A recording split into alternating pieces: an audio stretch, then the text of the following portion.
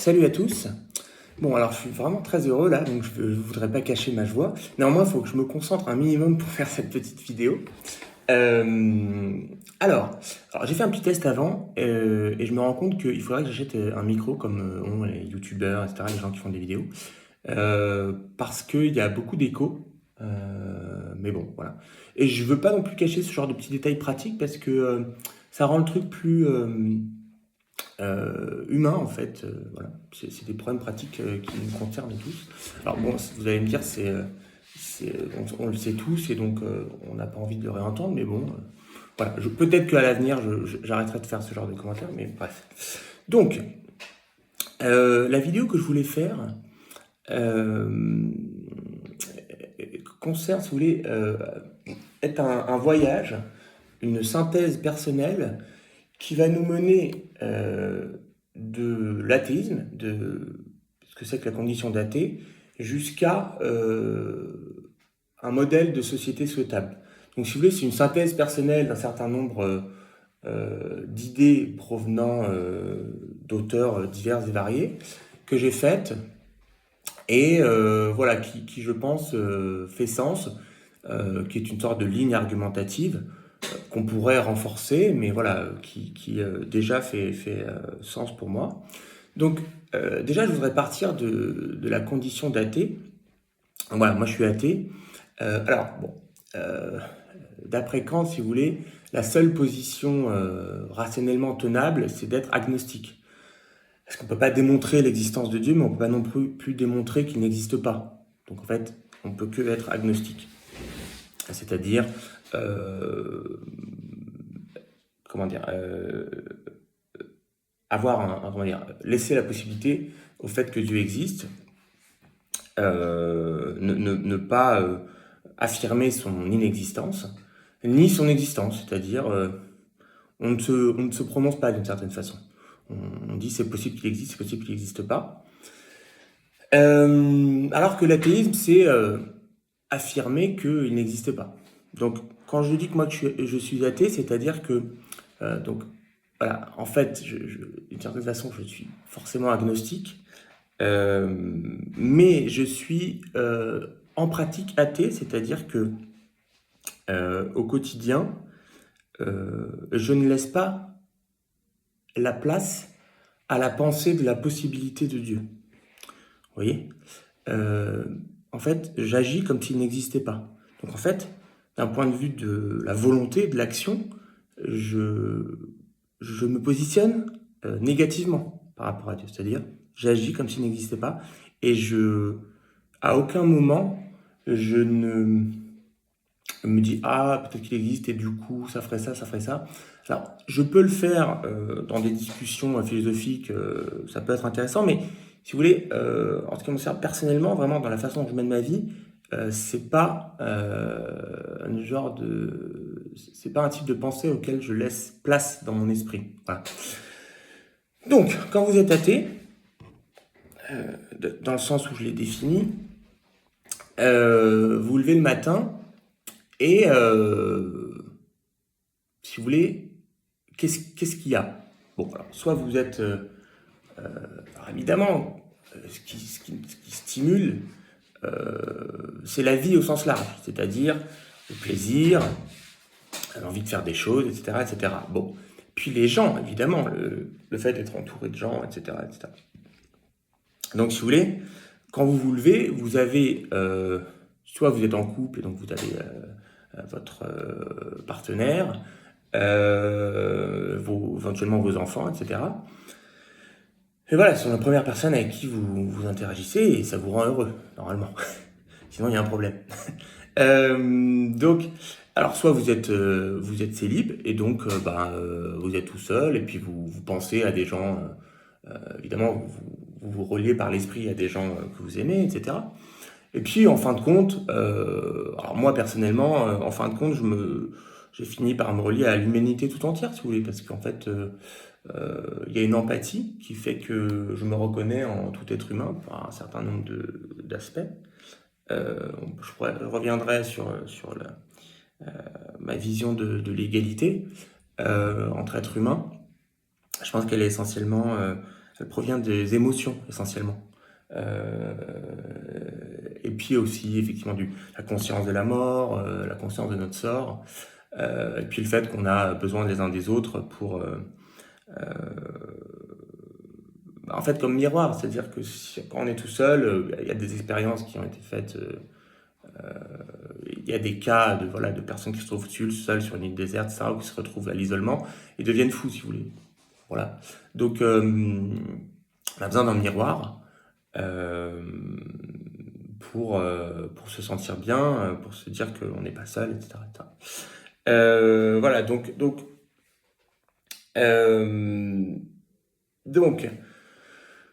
vous êtes avec une part vous-même. Bon, alors bon, évidemment, il y a quand même une réalité crue, si vous voulez, ou bon, faut voir, mais qui est que vous êtes un animal. Hein, alors, moi, je pense que les humains sont pas juste des animaux comme les autres, mais voilà, ça c'est un autre débat. Mais vous êtes un être vivant mobile qui est censé bouger, quoi. Bon. Alors normalement, le mouvement est spontané, il y a un certain plaisir à bouger, bon, ça dépend plus ou moins des gens, mais voilà, il y a quand même un certain plaisir à se lever, etc. Il y a une forme d'activité spontanée qui émane de votre corps. Alors, ça vient de l'âme pour moi, mais voilà. Euh, je pense pas que l'âme soit séparée du corps comme pensait Descartes. Donc, si vous voulez, j'ai pas une vision de l'âme. J'ai plus une vision de l'âme comme une vision de l'âme des Grecs anciens, c'est-à-dire c'est le principe du vivant, ce qui commande euh, un être vivant.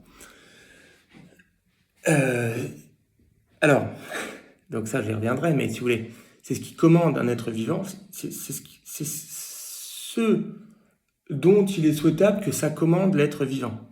Bon, alors le problème, c'est que il y a le problème de l'aliénation, en particulier c'est un thème introduit par Marx, puis repris par Foucault, puis par un philosophe que j'aime bien qui s'appelle Byung-Chul Han, un philosophe contemporain. Euh, voilà, mais pour moi il faut vraiment que l'âme commande l'action, si vous voulez. Donc, alors je reviens, vous vous levez, vous êtes seul, si vous êtes célib, mais même quand vous n'êtes pas célib, si vous êtes quand même, vous êtes un être vivant mobile, mais vous êtes une unité euh, qui doit se mouvoir par elle-même d'une certaine façon. Il peut y avoir des motivations externes, mais si vous voulez, il y a quand même quelque chose à mouvoir qui est vous-même, quoi. Donc, et puis il y a les autres. Il y a le rapport aux autres, effectivement, qui est peut-être une source motrice. Le plaisir d'être avec les autres, etc. Donc, voilà. Donc, quand vous êtes athée, il y a la connexion à vous-même, quand vous vous levez, et puis aux autres. En gros, il y a ça. Il peut y avoir une forme de connexion abstraite à l'univers, le plaisir d'être en vie. C'est-à-dire que le plaisir d'être en vie suggère une connexion à l'univers. C'est-à-dire que l'univers nous donne envie de nous mouvoir puisque il constitue notre environnement dans lequel on prend plaisir à évoluer, à être en vie, etc. Donc on est en rapport avec lui, voilà, il y a une connexion plus ou moins abstraite. On peut l'abstraire, voilà. On peut l'abstraire comme font les spirituels, etc. etc. Mais d'un point de vue concret, c'est essentiellement vous et puis les autres. Bon. Et alors, si vous voulez, euh, alors, c'est là je voulais introduire la notion de sacré pour un athée. Il y a forcément une notion de sacré pour les êtres humains, toujours. Toujours une notion de sacré. Qu'est-ce que le sacré? Alors, il y a une définition très intéressante que je vais reprendre comme ça, un peu à l'emporte-pièce, mais si vous voulez, euh, c'est ce qu'on ne peut pas toucher, c'est-à-dire ce qui doit être respecté à tout prix, infiniment respecté, préservé, etc. etc. Et, euh, et d'une certaine façon, écouter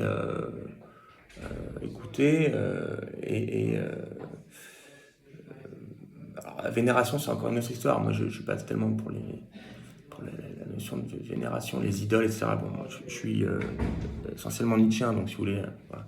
Mais voilà, c'est quelque chose qu'il faut écouter, qui est là et qui est très important et qu'il faut respecter. Donc, pour en accès, si vous voulez, qu'est-ce qu'il y a de sacré? Il y a, alors,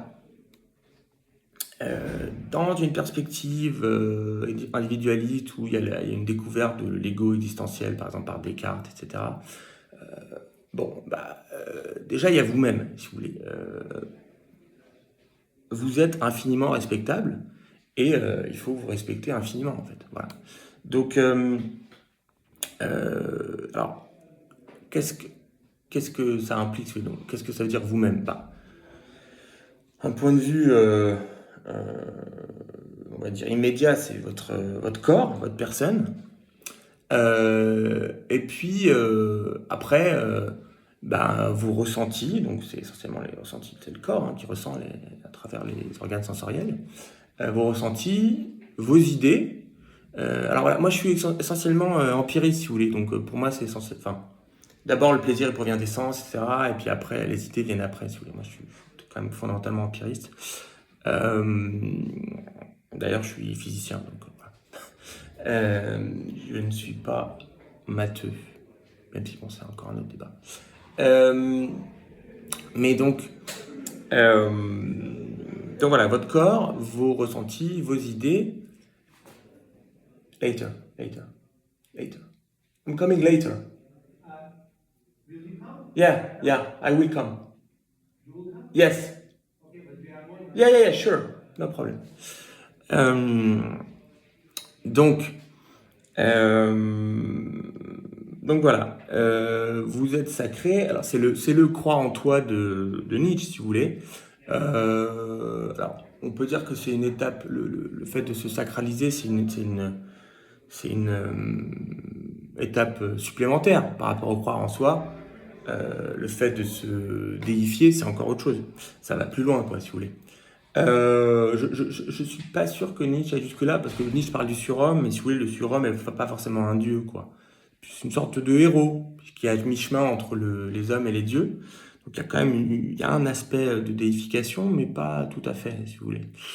Euh, En particulier, euh, je pense très fondamentalement que Nietzsche, et là je vais revenir à ça, parce qu'effectivement c'est un problème fondamental, il se garde de déifier l'homme, parce que si vous voulez, euh, on peut pas faire fi de la condition terrestre mortelle de l'homme, et en fait d'une certaine besoin de travailler. Euh, Ce qui n'est pas le cas des dieux, si vous voulez. Bon, là, ça pose un petit problème. Donc, bon, néanmoins, je pense qu'il faut quand même avoir à l'esprit une certaine déification de soi, une notion de sacré dans tous les cas. Euh, voilà, donc, vous êtes sacré, voilà. Et alors, c'est là où il y a un pas important qui arrive, c'est que vous êtes sacré, mais l'une des sources principales de votre bonheur, c'est quand même d'être avec les autres, d'interagir, etc. Euh, Quand quelqu'un sourit ou rigole avec vous, etc., vous êtes aussi heureux, etc. Et donc, et au-delà de ça, si vous voulez, même dans les moments difficiles de plaisir, vous vous reconnaissez en l'autre. Donc l'autre, encore une fois, j'introduis la notion d'égalité entre êtres humains, l'autre est comme vous, si vous voulez. Donc en fait, l'autre aussi est sacré, en fait. Voilà. C'est aussi simple que ça. Donc déjà, si vous voulez, ça met de côté toute forme de grandiosité, etc., dans la sacralisation de soi, parce qu'en fait, tout le monde est sacré. Voilà. Bon, c'est net, c'est clair et net. Et si vous voulez, comment dire, euh, bon, après, c'est une autre question, mais euh, ouais, c'est encore une autre question que je ne veux pas traiter ici, c'est pas grave. Donc voilà, vous êtes sacré. Donc, ensuite, donc qu'est-ce que ça veut dire aussi d'un point de vue de l'activité? C'est-à-dire que tout ce qui émane de vous, vos ressentis, vos idées, etc., est digne d'être écoutée infiniment, en fait. Ok? Bon. C'est respectable infiniment, c'est voilà, c'est le truc à ne pas laisser de côté. Donc si vous voulez, euh, si vous ressentez quelque chose et puis ça vous donne une idée, etc., il faut suivre cette, ce phénomène interne, si vous voulez. Il y a pas, enfin, comment dire, il y a rien d'autre de plus important à faire. D'accord? Et c'est valable pour chacun d'entre nous. Voilà, il faut se laisser porter par euh, ses ressentis, ses idées, etc. Et poursuivre le chemin euh, que ce ressenti et idées nous suggèrent. Voilà. Vous avez envie de faire quelque chose, ah tiens, j'ai cette idée, peut-être que je peux essayer. Ben voilà, faut ce que Chomsky appelle inquiry. Donc, enquêter, continuer, voilà, poursuivre ses désirs, etc., ses idées. Et tout le monde doit faire ça. Bon. Alors, je vais revenir à un aspect un peu plus pragmatique, terrestre. Enfin, terrestre. C'est terrestre de succès, mais si vous voulez, comment dire, je fais faire davantage face à la réalité quotidienne animale. Ok, bon, faut survivre. Ok, faut manger, ça. Ok. Donc, qu'est-ce que ça veut dire? Ça veut dire que euh, il faut faire tourner la baraque, la société. Il y a un certain nombre de besoins à satisfaire et il faut mettre en place des structures pour satisfaire les besoins, etc. etc. Ok, bon, très bien. En fait, ça dessine un tableau très clair pour moi, c'est que la journée, doit être divisée en deux. Une partie de la journée, alors on pourra après discuter de la hiérarchie, de l'ordre, mais pour l'instant, considérez pas l'ordre dans lequel je vais mentionner je vais décrire ces deux parties, d'accord? Une partie de la journée qui est dédiée à faire tourner la baraque, ok? S'occuper de la société, voilà, pour survivre. Voilà. Alors évidemment, une fois que vous avez mangé, une fois que vous avez fait l'amour, une fois que vous avez... il y a quoi d'autre comme... Bon, il y a plein de besoins après plus évolués. Une fois que vous avez passé du temps avec vos proches, etc. Il y a un moment où il reste du temps en général quand même. Il reste du temps, puis souvent il y a une forme, il y a l'ennui qui survient, de dire bon, qu'est-ce que je fous là, etc. Voilà. Et bien, une fois que vous avez rempli tous les besoins, etc., il reste du temps. Et pendant ce temps, c'est là où réintervient la déification de soi et l'écoute de soi. Ok? Et chacun doit faire ça.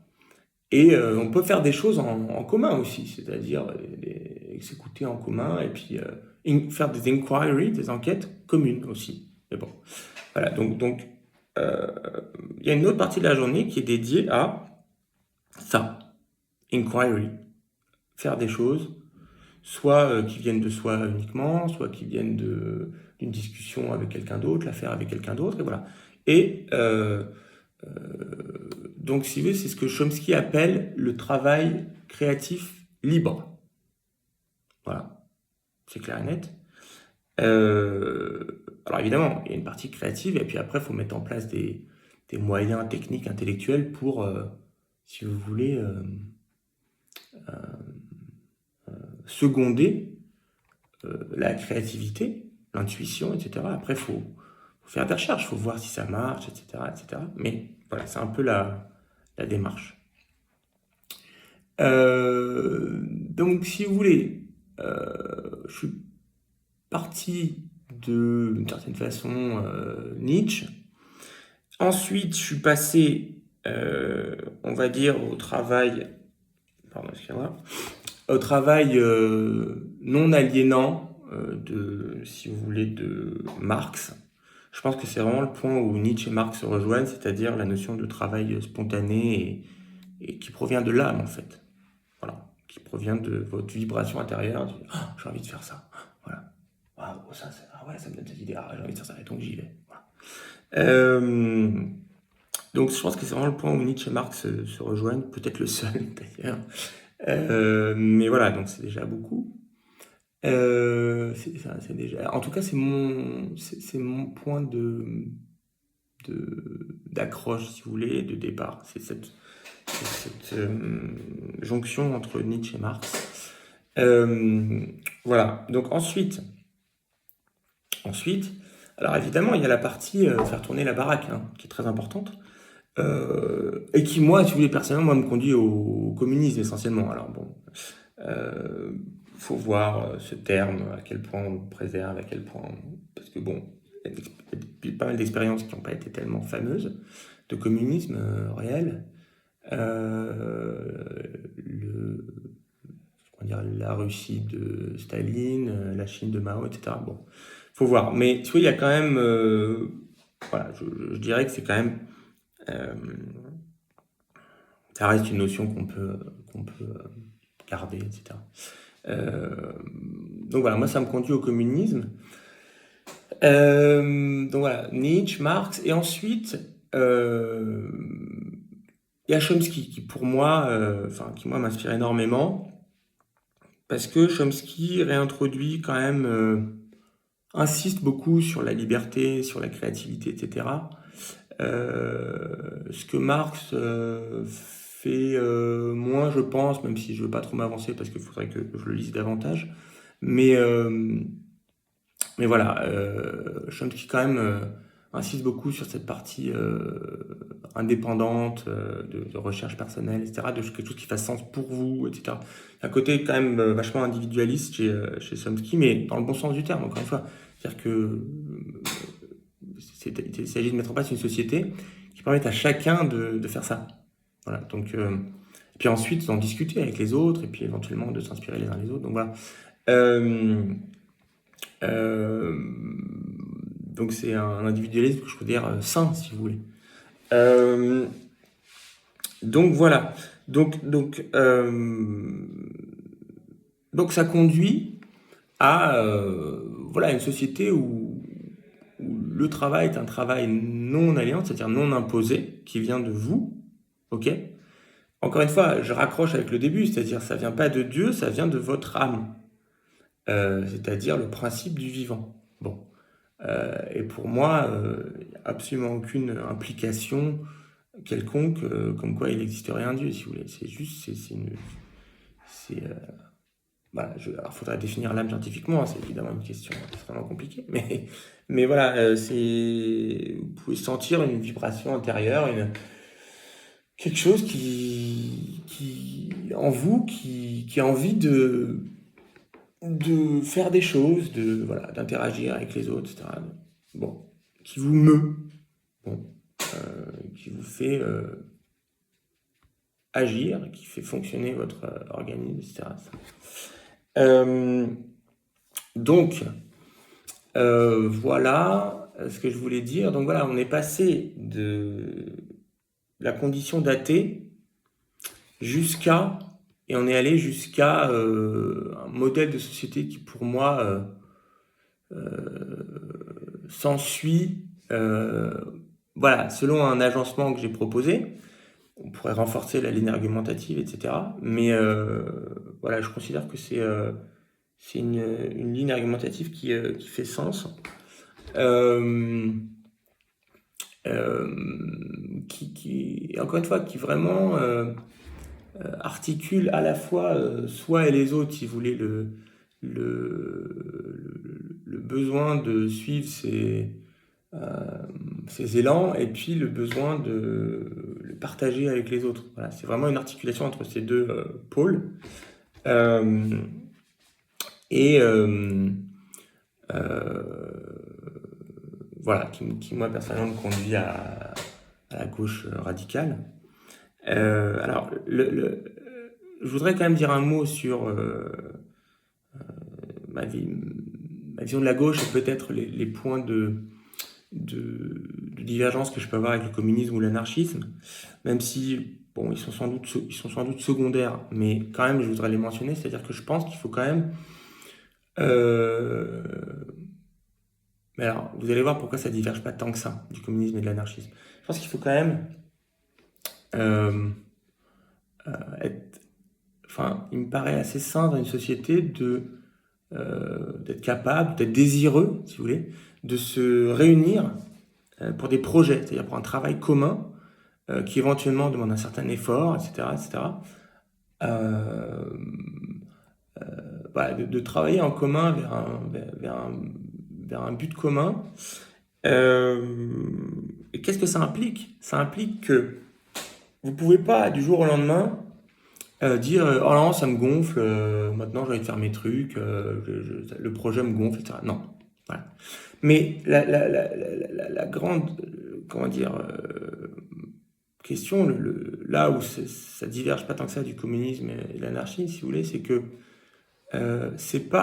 déjà c'est absolument pas un but qui est ni imposé par une personne, voilà, ni enfin voilà, c'est absolument pas commandé. Ça doit être un but euh, que chacun des membres du groupe de travail désire atteindre, si vous voulez. Et donc, comme c'est le désir de chacun des membres du groupe, et que on est tous conscients de l'importance et du fait que c'est important pour les autres, eh bien, on va le poursuivre jusqu'au bout. Vous voyez? Donc, là, il y a la notion de commitment, en anglais on dirait, c'est-à-dire engagement. Euh, engagement de travail avec le groupe. Vous voyez? Euh, donc, je pense que ça, c'est très important qu'on puisse faire ça dans une société, voilà, communiste ou anarchiste. Donc, et si vous voulez, c'est pas juste, c'est vraiment important pour moi, dans le sens où, bah, le problème quand fait que des choses un peu individuellement, etc., c'est que on peut pas vraiment accomplir des tâches vraiment colossales, si vous voulez. Par exemple, bah, je sais pas, construire un bâtiment, quoi, vous voyez. Euh, ou, euh, ou, euh, ou un navire, ou voilà, moyen de transport, par exemple, ok? Donc il faut, bah, évidemment, il faut que tout le monde ait envie de le construire. Il faut que ça fasse sens pour tout le monde.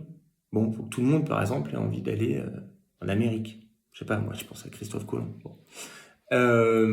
Donc voilà, si vous voulez, si on n'est pas capable de faire du travail comme ça en commun, de façon engagée et sans lâcher le truc, euh, si vous voulez, il n'y a pas, on peut pas, il n'y a pas de, comment dire, il peut y avoir des progrès créatifs dans une société, voilà, mais il n'y aura pas de saut au niveau de l'action. Il n'y aura pas de saut, on va dire, majeur, euh, saut conceptuel, mais aussi concret sur le niveau de l'action. C'est-à-dire qu'on sera toujours limité d'un point de vue de l'action.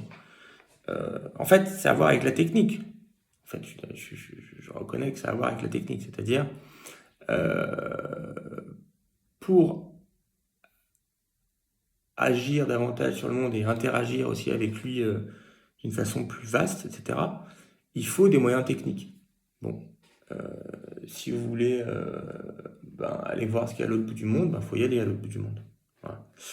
Euh, donc, il y a un effort à fournir en vue euh, du développement de moyens techniques pour potentier notre action euh, sur le monde, notre découverte du monde, etc., pour vraiment nous donner les moyens de découvrir le monde. Et voilà.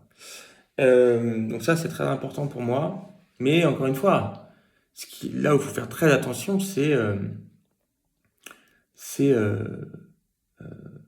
qu'est-ce qui fait sens pour tous les membres de la société en termes de découverte, en termes de aller plus loin, en termes de fournir des efforts pour développer des moyens techniques pour un but. Il faut que ce but fasse sens pour tout le monde.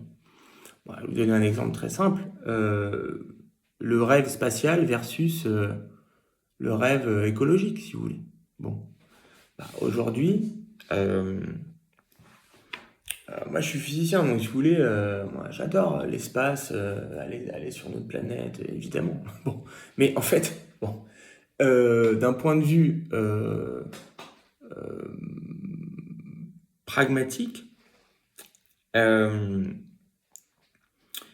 il y a beaucoup moins de chances que la Terre soit détruite du fait d'un astéroïde euh, euh, ou voilà, une catastrophe naturelle qui conduit à la fin de l'humanité, et qui impliquerait qu'il faudrait aller sur une autre planète pour qu'une humanité survive. Il y a beaucoup moins de chances que ça arrive plutôt que à court moyen terme, euh, la Terre devienne essentiellement invivable parce que à cause des conditions du réchauffement climatique et des conditions, si vous voulez, de vie. Donc en fait, on peut faire des petites probabilités, hein. Ça, c'est quelque chose qu'il faut faire d'un point de vue technique, il faudrait regarder, mais la probabilité qu'un astéroïde frappe la Terre, euh, d'autant plus que, si vous voulez, les États-Unis et puis un certain nombre de pays sont déjà préparés à ce genre d'éventualité. Et normalement, ce qu'il faut faire, c'est envoyer un missile sur l'astéroïde pour le dévier. Alors, vous ne pouvez pas le détruire, hein, c'est vraiment trop d'énergie, mais vous pouvez le dévier avec un missile. Bon. Euh, donc voilà, c'est quand même des trucs auxquels on est préparé, on essaye de se préparer. Donc encore une fois, la probabilité est très faible de ce genre d'événement, alors que le réchauffement climatique, c'est un truc qui arrive inexorablement. Alors, la grande différence, si vous voulez, c'est que c'est ce qui fait que les gens ne se rendent pas compte, c'est que quand on vous dit ah, la probabilité est faible que l'astéroïde frappe la Terre, vous dites ah oui, mais ça peut arriver n'importe quand. Bon, oui, ça peut arriver n'importe quand, mais la probabilité est très faible. Euh, alors que le réchauffement climatique, les gens vous disent ah, mais on a le temps. Ou bon, alors ça c'est le summum comment dire, du niveau zéro de l'éthique, c'est-à-dire ah, mais nous on sera morts. Voilà, rien à foutre des générations futures. Bon, ça, c'est absolument catastrophique évidemment. Si vous voulez que la vie continue, bah, faut en avoir quelque chose à foutre des générations futures. Donc, et en fait, les gens sont capables de voir, de mesurer la vitesse à laquelle va le réchauffement climatique. Et alors, ça va très vite, mais pour les gens, ça va. C'est pas trop rapide. Ça va, il y a le temps, quoi. Bon, voilà. Et donc ça fait que à des personnes, ça puisse leur faire davantage peur qu'un astéroïde frappe la Terre que le réchauffement climatique ne rende la Terre invivable. Bon.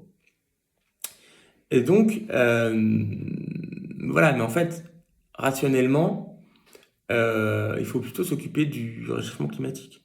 Bon. Donc, il faut développer un rêve écologique, si vous voulez. Un désir pour un monde écologique, etc., etc. Ça ne veut pas dire qu'on abandonne le rêve spatial. C'est-à-dire que on est raisonnable, quoi. On est raisonnable dans ce dans quoi on met notre énergie, etc., etc. Euh, alors, bon, bon, je ne vais pas citer de nom parce que là, j'ai pas tellement envie, mais voilà, vous avez un peu l'idée. Donc, voilà ce que je voulais dire. Euh, donc voilà, un petit résumé, hein. Je suis passé de Nietzsche à Marx, à Chomsky. Euh, voilà, peut-être je ferai une vidéo avec d'autres auteurs. Euh, et j'ai aussi précisé à la fin en quoi euh, je, je pense qu'il faut quand même, voilà, dans la vision de gauche, faut inclure le fait de s'unir pour des projets communs et pas juste des choses qui nous créatives qui nous fassent plaisir nous, mais des choses, unir nos efforts pour des projets créatifs aussi, hein, mais communs et qui demandent un effort de développement de la technique, etc., etc. Voilà, salut à tous et à la prochaine. Ciao.